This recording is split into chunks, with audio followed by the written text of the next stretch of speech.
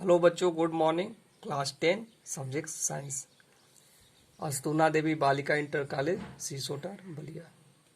आज आप लोग को बताएंगे पादप में जल का परिवहन यानी कि ट्रांसपोर्ट ऑफ वाटर किस प्रकार से प्लांट के अंतर्गत होता है, उसके विषय में आप लोग को जानकारी देंगे। तो मूलरोम द्वारा जल एवं खनिज लवणों का अवशोषण किस प्रकार से होता है, यहाँ पे फिगर के माध्यम से आप लोग को जानकारी देंगे। ये जो है मृदा है, मृदा के बीच में जो है मूलरोम जो है पतली पतली शाखाएं निकली होती हैं, उसको मूलरोम बोलते हैं। और जल जो है मूलरोम में जो है पराशरण की वजह से जाता है। और चूंकि पराशरण की वजह से जो है कार्टेक्स का में जो है सांद्रता अधिक होती है, इस वजह से जो है मूलरोम से जल जो है कार्टेक्स में पहुंच जाता है। और कार्टेक्स के बाद अंतस्थ त्वचा में पहुंचता है, और अंतस्थ त्वचा के बाद से जाइलम के माध्यम से जल जो है आगे की तरफ रन करता है। तो आप लोग को यहाँ पर दिखाएंगे मृदा जल यानी कोशिका का जो जल होता है वो मूलरोम में पहुंचा, मूलरोम से कार्टेक्स कोशिका में पहुंचा, कार्टेक्स कोशिका के बाद से अंतस्थ त्वचा में, अंतस्थ त्वचा के बाद से परिरंभ में, परिरंभ ये है, इसके बाद से जाइलम में पहुंचता है, जाइलम के बाद से रसारोहण में पहुंचता है पत्तियों तक, इसके बाद से उसमें वाष्पोत्सर्जन की क्रिया होती है और वायुमंडल में जल चला जाता है।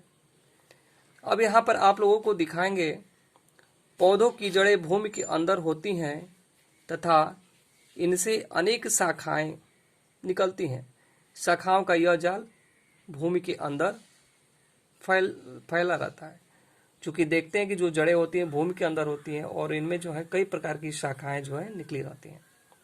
उनमें एक होता है मूल रोम। तो मूल रोम क्या होता है? तो जड़ों एवं उनकी शाखाओं पर अनेक एक कोष की धागेनुमी संरचनाएं होती हैं, जिन्हें हम मूल रोम कहते हैं। तो जो मूल रोम होता है, जो जड़ें होती है उसमें पतली पतली जो धागेनुमा संरचना होता है उसको क्या करते हैं? मूल रोम। और ये मूल रोम जो है मृदा कणों के जो है बीच में होता है, जो पानी का अवशोषण करता है। तो यहाँ पर आप लोगों को दिखाएंगे मूलरोम के विषय में और जानकारी। तो ये मूलरोम मिट्टी के कणों के बीच उपस्थित जल के सीधे संपर्क में रहते हैं। चूंकि वो जमीन के अंदर होते हैं इसलिए सीधे संपर्क में रहते हैं जल के। मूलरोम में कोशिका द्रव की सांद्रता मिट्टी में जलीय विलयन की सांद्रता से अधिक होती है। तो जो कोशिका द्रव्य होता है उसका सांद्रता अधिक होता है, मिट्टी में जो विलयन होते हैं उनकी सांद्रता से अधिक होता है। तो जब सांद्रता से अधिक होगा तो वहां पे पराशरण की क्रियाएं होंगी, अतः पराशरण द्वारा जल के अणु मूलरोम के भीतर चले जाते हैं। और जब जल के अणु मूलरोम के भीतर चले जाते हैं, अंदर प्रवेश करते हैं, तो मूलरोम के जीव द्रव्य की सांद्रता पड़ोसी कार्टेक्स की कोशिकाओं की सांद्रता की तुलना में कम होता है। अतः पराशरण द्वारा जल मूलरोम से कार्टेक्स की कोशिका में पहुंच जाता है।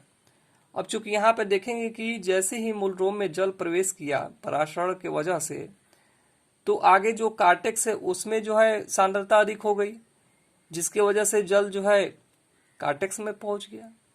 तो इस प्रकार से क्रियाएं चलती हैं जिसकी वजह से जल जो है मूलरोम में आता है, मूलरोम से कार्टेक्स में पहुंचता है।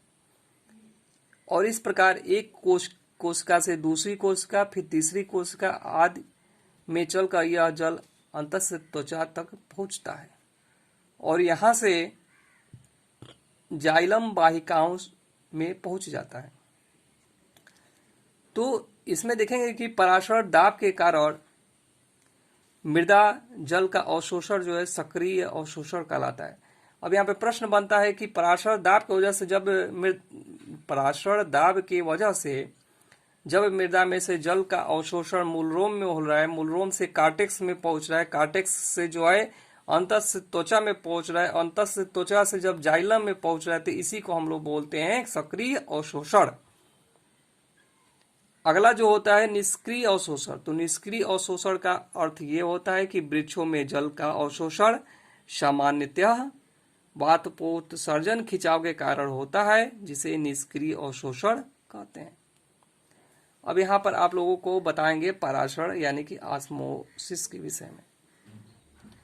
तो ऑस्मोसिस क्या होता है, तो जब दो विभिन्न सांद्रता वाले विलयनों की एक अर्ध पारगम्य झिल्ली द्वारा अलग कर दिया जाता है, तो कम सांद्रता वाले विलयनों से अधिक सांद्रता वाले विलयनों की ओर पानी अथवा विलायक के अणुओं की गति करने की क्रिया को पराशर यानी कि ऑस्मोसिस कहते हैं। एग्जाम्पल के तौर पर किशमिश को पानी में रखने पर फूल जाता है, तो किस क्रिया की वजह से, तो पराशर के कारण। तो यहाँ पर हम आप लोगों को दिखाएंगे फिगर में, तो जो मूल रोम होता है इनमें जो है पतली पतली शाखाएं निकली होती हैं, रेशे नुमा धागे नुमा संरचना होती है जो मिट्टी के कणों के बीच में होती हैं, और वो पानी जो जल जो होता है मिट्टी में जो विलयन होता है उनकी सांद्रता कम होता है, और मूलरोम की सांद्रता चूंकि कोशिका द्रव्य की वजह से अधिक होती है, तो जल जो है मूलरोम में प्रवेश कर गया, और जैसे ही मूलरोम में प्रवेश करता है जल, तो चूंकि कार्टेक्स इसका पड़ोसी है, इसका जो है सांद्रता अधिक हो गया, जीव द्रव्य सांद्रता जो है अधिक हो गया कार्टेक्स का।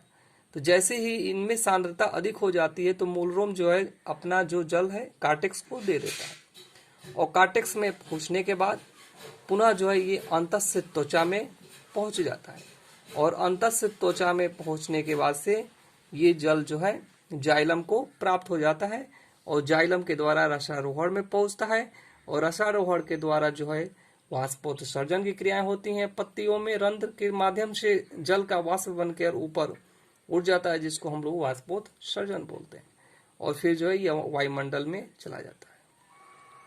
इस प्रकार से मूल रोम द्वारा जल एवं खनिज लवणों का अवशोषण हो जाता है। अब चूंकि खनिज लवण जो होते हैं ये जो है जड़ों द्वारा मिट्टी में खनिज लवण का अवशोषण होता है, जो मृदा में घुलित रहते हैं, तो जो खनिज लवण होते हैं वो मृदा में जो है घुलित अवस्था में रहते हैं, और वो जो है जल के माध्यम से पत्तियों को प्राप्त हो जाते हैं। इस प्रकार से आज आप लोगों को हम पादप में जल का परिवहन किस प्रकार से होता है उसके विषय में जानकारी उपलब्ध कराए हैं। इसको आप लोग नोट कर लीजिए, एग्जाम में इस प्रकार के प्रश्न पूछे जाते हैं। यहाँ पर पराशरण भी देता है और विसरण भी जो है कई बार एग्जाम में पूछे गए हैं, इसको आप लोग नोट कर लीजिए। आगे जो चीज़ें हैं आगे बताई जाएंगी, तब तक के लिए धन्यवाद।